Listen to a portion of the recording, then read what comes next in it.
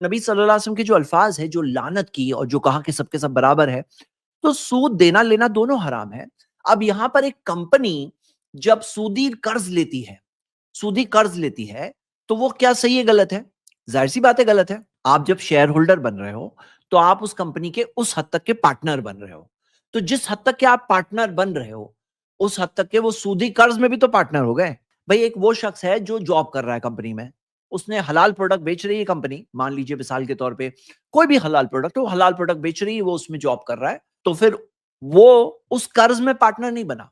उस कर्ज में कौन पार्टनर बनता है? जो उसका ओनर होता है। और शेयर होल्डर कौन होता है? जॉब करने वाला एम्प्लॉय नहीं होता है, वो ओनर होता है, यानी कि मालिक होता है उस हद तक, उतना अपने शेयर के हद तक।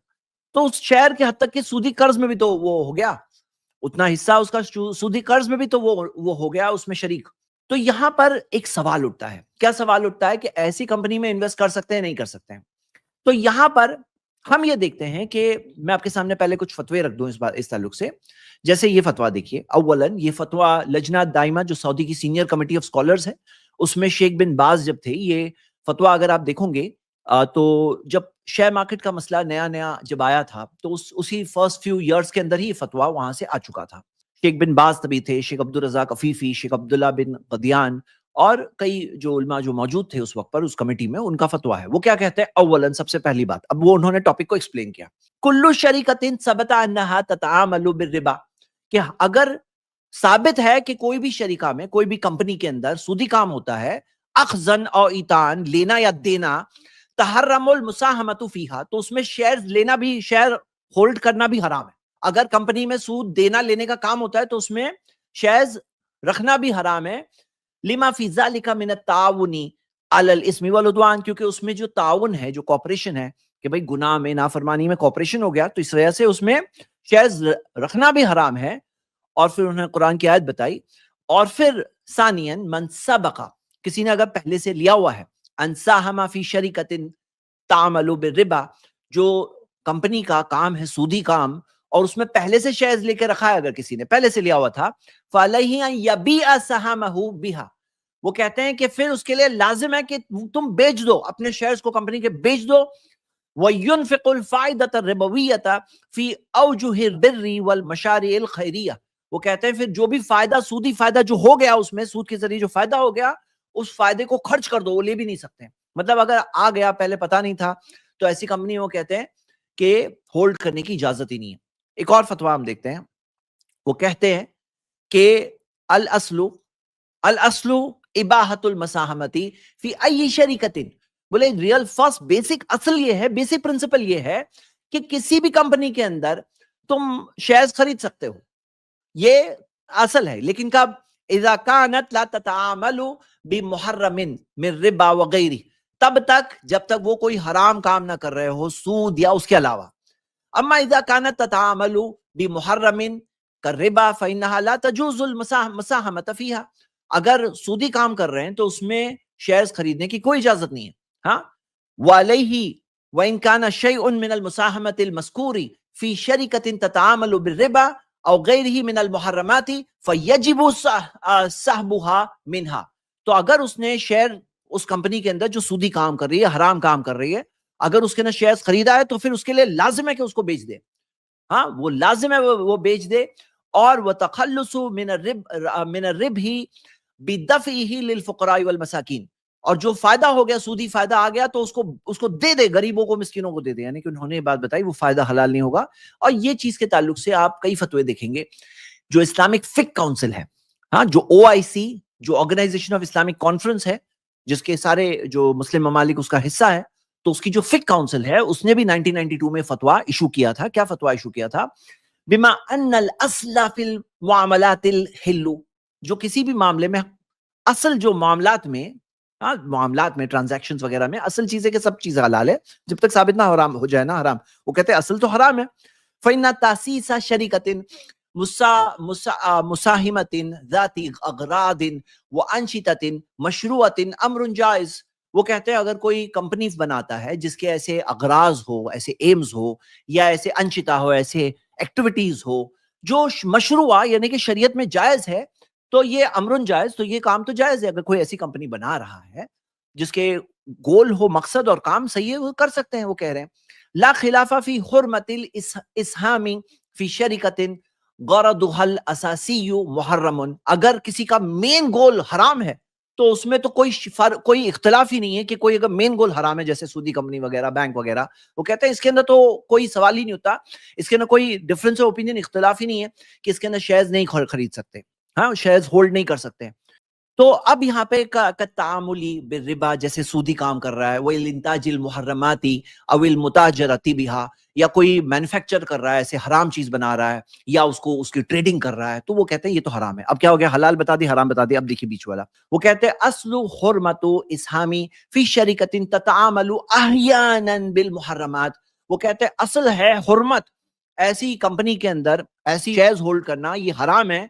हाँ, किस चीज का, जो कभी कभी हराम चीज करती, कभी कभी कर रे बावना हुई, जैसे सूदी काम कर लेती है या उसके जैसा कोई और काम कर लेती है, ऐसी चीज में असल हराम है। वो कह रहे हैं बिर्रगमी मिन अन अंशितता हल असासियता मशरूअतुन, चाहे ही उसका असल काम सही है शरई एतबार से, उसका असल काम सही है, लेकिन कभी कभी हराम काम करती है, तो उसमें भी वो क्या कह रहे हैं, वो कहते हैं असलुल हुरमा। ये इसके अंदर क्या है, अलस्लु हुरमतु हुरमतुल इसाहमती इसहामी, यानी कि शेयर्स होल्ड करना उसमें हराम है असलन, ये कह रहे हैं। यही फतवा अगर आप कुवैत फाइनेंस हाउस की जो शरिया कमेटी है, और उनकी शरिया कमेटी के सामने भी सवाल पूछा गया, तो उन्होंने भी यही फतवा दिया, और ये मैंने 4 फतवे यहां पर जिक्र किया है, और भी कई फतवे हैं इसमें। अब सवाल क्या उठता है, यहां पे प्रॉब्लम क्या है ना, कि बाज लोग ये कहते हैं, वो कहते हैं, मैं आपको ये बता दूं, इनका इनका मौकिफ ये है, ये कहते हैं कि अगर 1/3 कैपिटल सूद पे आया है, 1/3 या उससे कम, तो वो कहते हैं ऐसी कंपनी में होल्ड कर सकते हैं, हलाल है, ऐसे कंपनी में शेयर रख सकते हैं, हलाल है। ये दूसरा व्यू। पहला व्यू मैंने आपके सामने रखा, कहते हैं नहीं जायज है, मिक्स्ड है तो जायज नहीं है।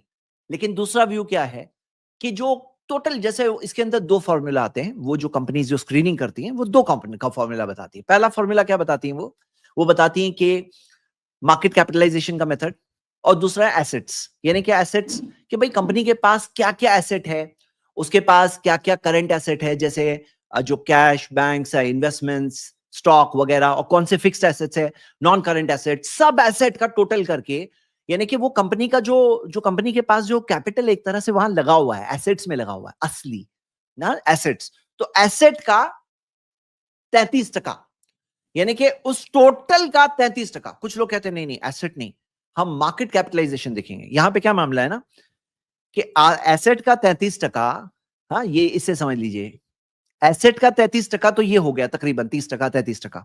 लेकिन मार्केट कैपिटलाइजेशन क्या होता है, कि बड़ी कंपनियां होती है ना, उसकी असल बैलेंस शीट वैल्यू इतनी होती है, लेकिन शेयर मार्केट की वैल्यू बहुत उससे बड़ी होती है, खासतौर से कई टेक्नोलॉजिकल कंपनीज वगैरह, आईटी कंपनीज में कई बार ऐसा होता है कि उनकी बैलेंस शीट एसेट वैल्यू इतनी होती है, लेकिन मार्केट कैपिटलाइजेशन बहुत ज्यादा होती है। तो जब मार्केट कैपिटलाइजेशन ज्यादा होती है, तो ये 30% जो होता है ना, वो बहुत बड़ा हो गया, मतलब उसको और बड़ा करने की एक और गुंजाइश वहां पर हो जाती है, जब मार्केट कैपिटलाइजेशन से कंपेयर करते हैं। तो इसके अंदर अगर आप देखोगे कि मार्केट कैपिटलाइजेशन में कुछ कहते हैं कि मार्केट कैपिटलाइजेशन यानी टोटल शेयर वैल्यू, यानी कंपनी की टोटल वैल्यू आज की तारीख में कितनी है, उसमें सूदी कर्ज कितना है, क्योंकि सूदी कर्ज तो जितना था उतना है, उसकी मार्केट वैल्यू थोड़ी होती है, वो तो सूदी कर्ज है। तो वो कहते हैं, कुछ लोग कहते हैं मार्केट कैपिटलाइजेशन, कुछ लोग कहते हैं नहीं, 24 महीने का एवरेज मार्केट कैपिटलाइजेशन कहेंगे, देखेंगे कि पिछले 24 महीने का एवरेज क्या है, कुछ कहते हैं 36 का एवरेज क्या है।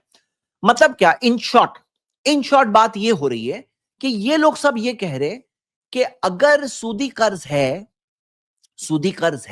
सूद पे लोन लिया है, और टोटल कैपिटल का 1/3 से कम है, तो वो कहते हैं हलाल। अगर आप देखोगे उनके शरिया फिल्ट्रेशन को, तो वो लोग कहते हैं हलाल, शरिया कंप्लायंट, हलाल का उसके ऊपर लिख के आपको मिलेगा, हलाल शेयर्स, ये हलाल शेयर्स। तो हलाल के अंदर अगर आप देखो, तो आपको ऐसी भी कंपनीज मिलेगी। अब सवाल क्या उठता है कि दोनों में से कौन सी राय सही है, तो हम दलील मांगेंगे। जो लोग हराम बोलते हैं, वो तो कहते हैं ताउन है, सूद इतना बड़ा गुनाह है, उनकी वो सारी सूद वाली आयतें, वही आयतें बताएंगे। लेकिन जो लोग कहते हैं हलाल है, उनकी क्या दलील है, तो उनकी दलील में वो एक हदीस बताते हैं। ये हदीस सही बुखारी की, जो ये सबसे बड़ी दलील है उनकी, ये दलील है। क्या कहते हैं कि अल्लाह के रसूल सल्लल्लाहु अलैहि वसल्लम ने जो वसीयत बनाते हैं ना, वसीयत, मान लो किसी का इंतकाल है, हो रहा है, किसी इंतकाल का वक्त है, उसको इंतकाल होगा, तो वो सोचता है मेरी जो विरासत जो मेरी बटने वाली है मेरे बाद, तो मैं वसीयत बना के कोई गैर वारिस को दूं, वारिस के अलावा किसी और को वसीयत बना के दूं, विल बनाकर गैर वारिस को दूं। तो नबी सल्लल्लाहु अलैहि वसल्लम ने कहा कि वसीयत बना सकते हैं, ला वसीयत अली वारिसिन, वसीयत नहीं होती वारिस के लिए, गैर वारिस के लिए होती है। लेकिन उसमें लिमिट रखी नबी सल्लल्लाहु अलैहि वसल्लम ने, जो वसीयत बनानी है ना, अस्सुलुसु वत्तुलुसु कसीर औ कबीर, एक तिहाई भी बहुत है। मतलब तुम्हारे वारिसों का तुम एक तिहाई माल लेके वसीयत कर दो, मैक्सिमम इतना करना, इससे ज्यादा नहीं कर सकते, इतने ज्यादा नहीं कर सकते। क्यों? क्योंकि अब यहां मामला क्या है कि आप तो मर रहे हो या आप तो इंतकाल हो जाएगा, और वो वारिसों का माल है, उसमें से आप वसीयत करके दे रहे हो, तो हाँ आपका माल आपने कमाया था ना, मेहनत कर, जो भी आपको अल्लाह ने दिया, तो आप एक तिहाई तक कर सकते हो, उससे ज्यादा नहीं करना। तो ये लोग क्या बोलते हैं, कहते हैं शेयर्स में भी जो सूदी कर्ज पे पैसे आए हैं, सूद पे पैसे जो आए हैं, वो सूद पे पैसे, वो कहते हैं एक तिहाई के बारे में क्या कहा नबी सल्लल्लाहु अलैहि वसल्लम ने, सुलुसु कसीर, एक तिहाई बहुत होता है। वो कहते हैं एक तिहाई बहुत होता है, इस वजह से बहुत कब होगा, एक तिहाई होगा तो बहुत होगा। तो वो इस हदीस को वहां पे फिट करते हैं, लेकिन ये बात सही नहीं है। अब जैसे मैं मिसाल दे रहा हूं, ये मैं चाय पीने वाला हूं, अब ये चाय के अंदर कोई कहे एक तिहाई हराम चीज है उसके अंदर, एक तिहाई शराब, अल्लाह की पनाह ऐसा नहीं है भाई, लेकिन अगर कोई होता तो क्या कोई हलाल बोलता, एक तिहाई शराब है तो हलाल है, एक तिहाई सुलुसु कसीर, देखो हदीस है सामने आपकी स्क्रीन पर, सुलुसु कसीर, तो बोले एक तिहाई बहुत होता है, एक तिहाई से कम बहुत नहीं है, एक तिहाई से कम बहुत नहीं है, वो कहते हैं। तो ये जो दलील है ये बिल्कुल ही मिसफिट है। अरे वो वसीयत की बात हो रही है, विरासत में से वसीयत जो करने वाली बात है, तो वसीयत की बात हो रही है माल में से, तो यहां पर ये कहां से आ गया कि आप उस हदीस को यहां पे फिट कर दो कि सूदी कैपिटल लिया हुआ है, उस पर फिट कर दो। और दलाइल की रोशनी में अगर आप देखोगे, वह हर रमर रिबा, जो अल्लाह ताला ने फरमाया कि सूद अल्लाह ताला ने हराम किया है, तो अर रिबा कहा, तो जहां पर ये मारिफा अल आया, यानी कि पूरे जिन से रिबा हराम है, यानी टोटल के टोटल सूद ही हराम है। यानी ये बात को समझने के लिए आप इस बात को देखिए, जैसे मिसाल के तौर पर सपोज करो कि एक बहुत बड़े स्विमिंग पूल में एक बूंद कोई नजासत की, गंदगी की चली गई, इस तरह से जाने के बाद वो एक बूंद का कोई असर ही नहीं रहा, ना टेस्ट में कुछ असर आया उस स्विमिंग पूल के पानी में, ना कलर बदला, ना स्मेल बदली, तो हम कहेंगे वो एक बूंद गया, लेकिन पानी नजिस नहीं हुआ, नापाक नहीं हुआ। समझ रहे हैं आप? गया, लेकिन वो पानी नापाक नहीं हो, क्यों? क्योंकि वो उतना नहीं गया जिससे कि वो नजासत की वजह से उसकी जो सिफतें हैं वो बदल जाए। ठीक है, उसी तरह गरर को देखते हैं। गरर, गरर क्या है? अनसर्टेनिटी, सर्टेनिटी, कि जैसे इस्लाम के अंदर कोई चीज बेच रहे हैं, खरीद रहे हैं, तो वाजे होना जरूरी है। जैसे मिसाल के तौर पे ऊँटनी प्रेग्नेंट है, कोई ये नहीं कह सकता कि इसमें जो बच्चा है मैं बेच रहा हूं, क्योंकि बच्चा हो सकता है जुड़वा होगा या हो सकता है मुर्दा होगा, तो ये तो जायज नहीं है। इस तरह की कई हदीसें जो नबी सल्लल्लाहु अलैहि वसल्लम ने गरर मना किया, लेकिन गरर में उलमा बताते हैं कि कोई थोड़ा गरर है ना, तो वो जायज है थोड़ा। जैसे मिसाल के तौर पर अंडा है, अंदर से खराब भी हो सकता है, अच्छा भी हो सकता है, तो नहीं, ये छोटा गरर है, अभी अंडे को खोल के देखूंगा तो मैं खरीदूंगा, ऐसा तो नहीं हो सकता ना। या जैसे महीने में मैंने भाड़े पे दे दिया, महीने में 29 दिन भी होते हैं, 30 दिन भी होते हैं, तो उलमा कहते हैं, रूल है, कायदा है कि गरर में थोड़ा गरर हराम नहीं है, थोड़ा गरर हराम नहीं है। इसकी हदीसें हैं, दलाइल है, जिससे थोड़ा कोई थोड़ा गरर हो, हाँ, वो हराम नहीं है। लेकिन या थोड़ी सी नापाकी आ गई किसी चीज में जिसकी वजह से कोई सिफत बदली नहीं, वो उसकी पूरी तफसीलात है, हम डिटेल में नहीं जा रहे हैं, लेकिन वहां पर थोड़े की इजाजत है। लेकिन सूद में देखोगे ना अगर आप, तो सूद में वो हर रमर रिबा, सूद ही हराम है, यानी सूद के अंदर थोड़ा भी सूद लेने की इजाजत नहीं है। इसकी कोई एक दलील नहीं मौजूद है, आप ढूंढ लो। तो यहां पे ये लोगों ने जो ये सुलुसु कसीर वाली हदीस जो यहां पे फिट किया है ना, बहुत बड़ी गड़बड़ है। क्यों? ये दलील फिट नहीं हो रही वहां पर, और इसका रिजल्ट क्या हुआ मालूम है? आप सोचो, आपको पता है, ये देखिए ऐसे जो कई सारी जो फिल्ट्रेशन सर्विसेज है, सबके अपने अपने स्टैंडर्ड्स हैं। हाँ, मैं आपको बता देता हूं, सबके अपने अपने स्टैंडर्ड्स है। मैं आपको इसके कंपैरिजन जो है हमारे पास मौजूद, और इसका मैंने पूरा एक चार्ट बनाया है, लेकिन ये एक स्क्रीन पे ये टेम्पररी। कुछ कहते हैं उनमें से 30% तक सूद अलाउ करेंगे, कुछ कहते हैं मार्केट कैपिटलाइजेशन, कुछ कहते हैं नहीं एसेट, कुछ कहते हैं 30%, कुछ कहते हैं 33%। कोई ऐसा भी है जैसे यहां पे इंडिया में एक है जो 25% बोलते हैं, 25%। सवाल क्या है? सवाल यह है कि आपने कहा जैसे जो 33% वाले हैं ना, वहां पे 34% हो जाएगा, वो बोलेंगे 34% शेयर में इन्वेस्ट करना हराम, 33% तक हलाल, 34 हराम। जो 30 बोल रहे हैं 31 होगा, बोले 31 हराम, 30 हलाल, 31 हराम। जो 25 बोल रहे हैं वो बोलेंगे 26 हराम, 25 तक हलाल। 25 के अंडर है तो हलाल, 25 के ऊपर गया तो हराम। हम कहते हैं ये 0 से 25 तक आप कैसे आए, इसकी क्या दलील है? हलाल बोलने की दलील क्या है?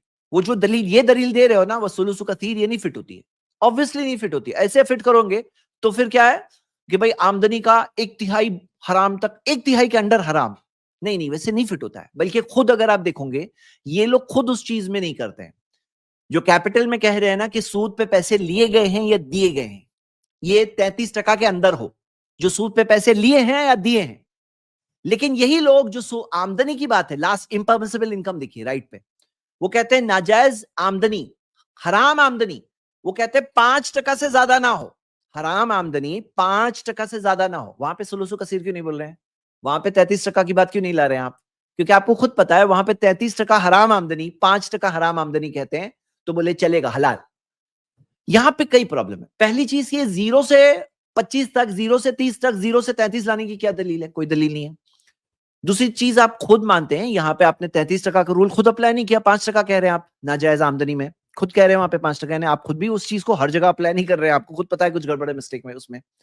और क्या हो रहा है कि लोग वो हराम चीज कर रहे हैं उसको हलाल समझ के कर रहे हैं, यानी हराम को हलाल समझ के कर रहे हैं। ये बहुत बड़ा प्रॉब्लम है, हाँ बहुत बड़ा प्रॉब्लम है।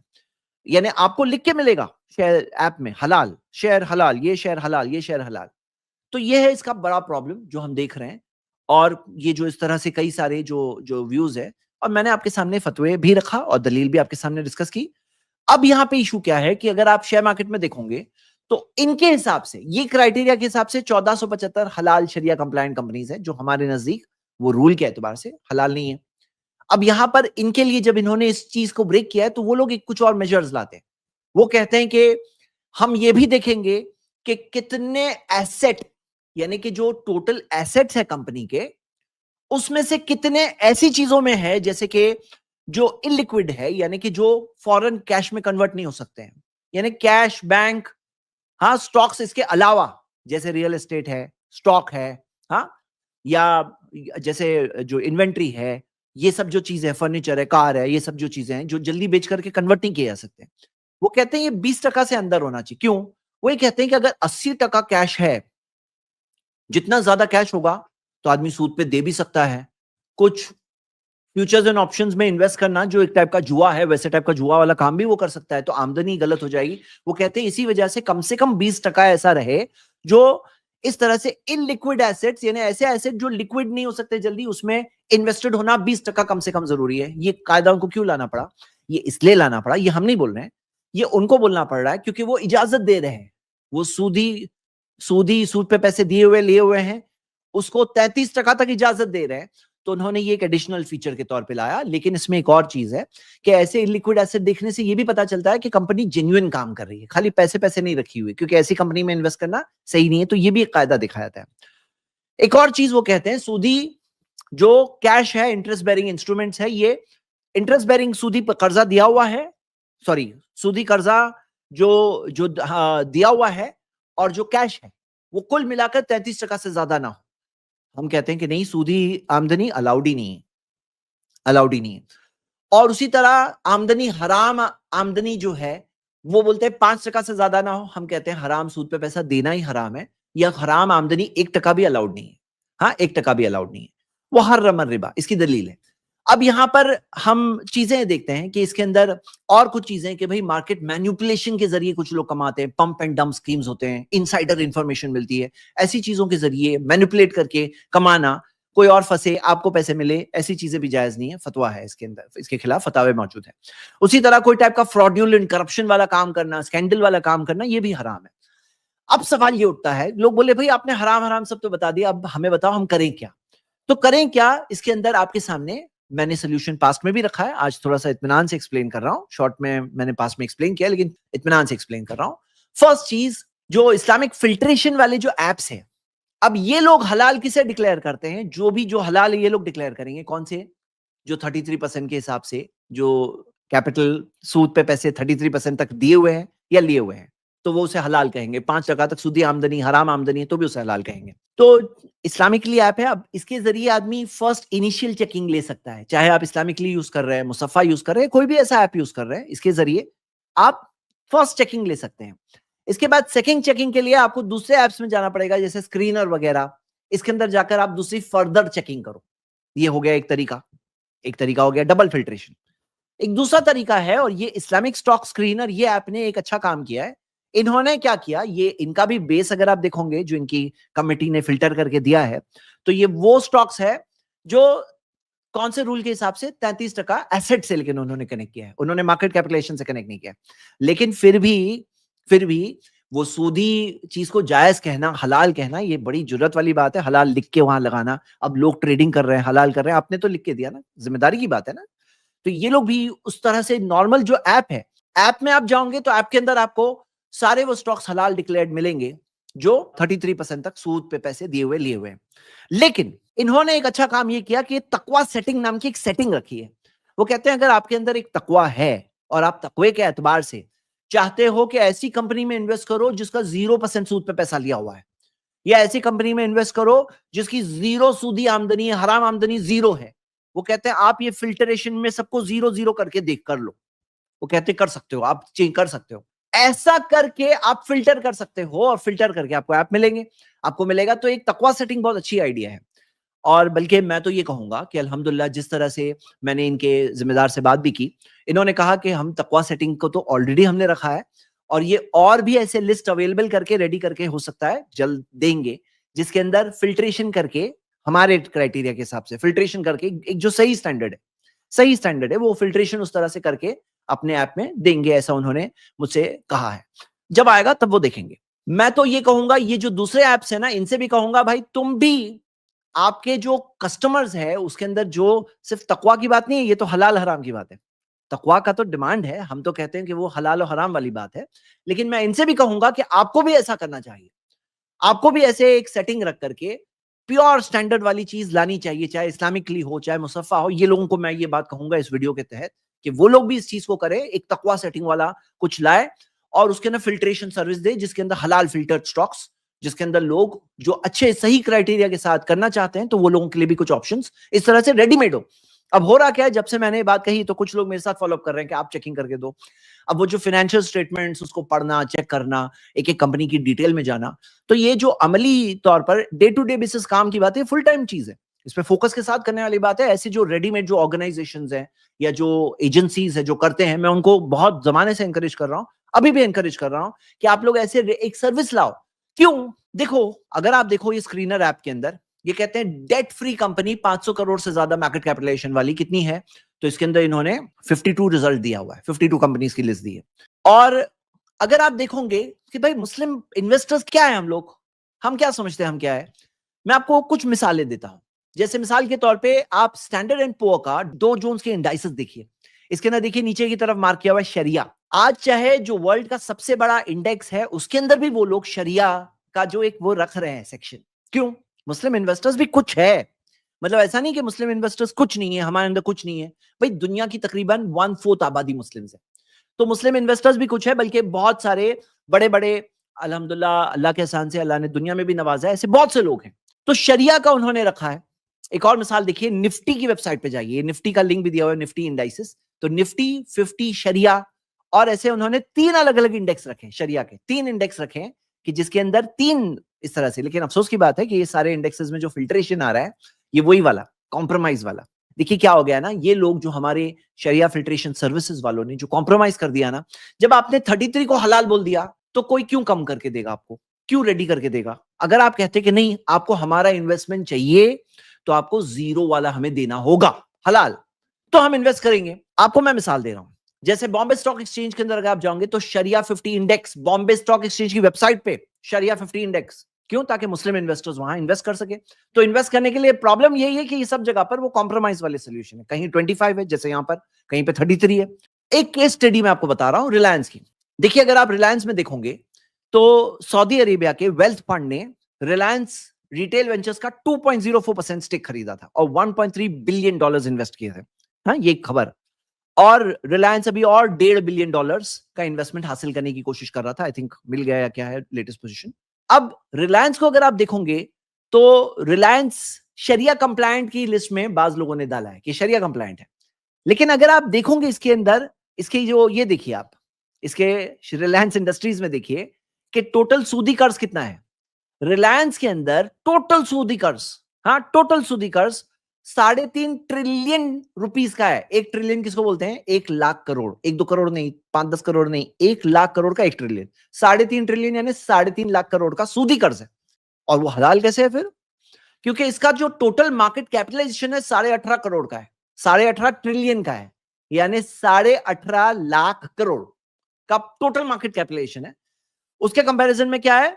अब ये कंपैरिजन में जब देख रहे हैं तो वो हिसाब से क्या हो रहा है, ये हलाल की लिस्ट में आ रहा है रिलायंस इंडस्ट्रीज, और रिलायंस मुस्लिम फंड्स को हासिल करने के लिए अपने आप को उस लिमिट में रख भी रहा है। एक तरह से देख रहे हैं कई लोग जो ट्रैक कर रहे हैं, बोले देखो रिलायंस इस चीज को अपने आप को वो लिमिट के अंदर रख रहा है, जो लिमिट सेट की है ना इन्होंने, वो लिमिट के अंदर रख रहा है। क्योंकि रिलायंस के लिए तो कोई प्रॉब्लम नहीं है, सूदी कर्ज और लेना उसके लिए कोई प्रॉब्लम नहीं है, लेकिन वो मेंटेन रख रहा है। मैं क्या बोल रहा हूं, हमारे हिसाब से हलाल नहीं है। अगर आप ये तकवा क्राइटेरिया के हिसाब से देखो तो आपको रिलायंस फेल दिखेगा। हाँ, तकवा क्राइटेरिया के हिसाब से रिलायंस फेल दिखेगा। अब यहां पे सवाल क्या है? यहां पे सवाल क्या है मेरे ब्रदर्स एंड सिस्टर्स? हम अगर कॉम्प्रोमाइज ना करें, हम सब मिलके करें, तो कौन सा मुश्किल है? इंशाल्लाह आपको कम से कम कुछ अच्छी कंपनीज तो आसानी से मिल सकती है। और इन्वेस्ट आदमी करता है तो कितनी कंपनी में करता है? 50-60 कंपनी में करता है। इन्वेस्ट करते हैं तो लोग 5, 7, 8, 10 म्यूचुअल फंड्स भी देखोगे तो इतनी ज्यादा कंपनीज में इन्वेस्ट नहीं करते हैं।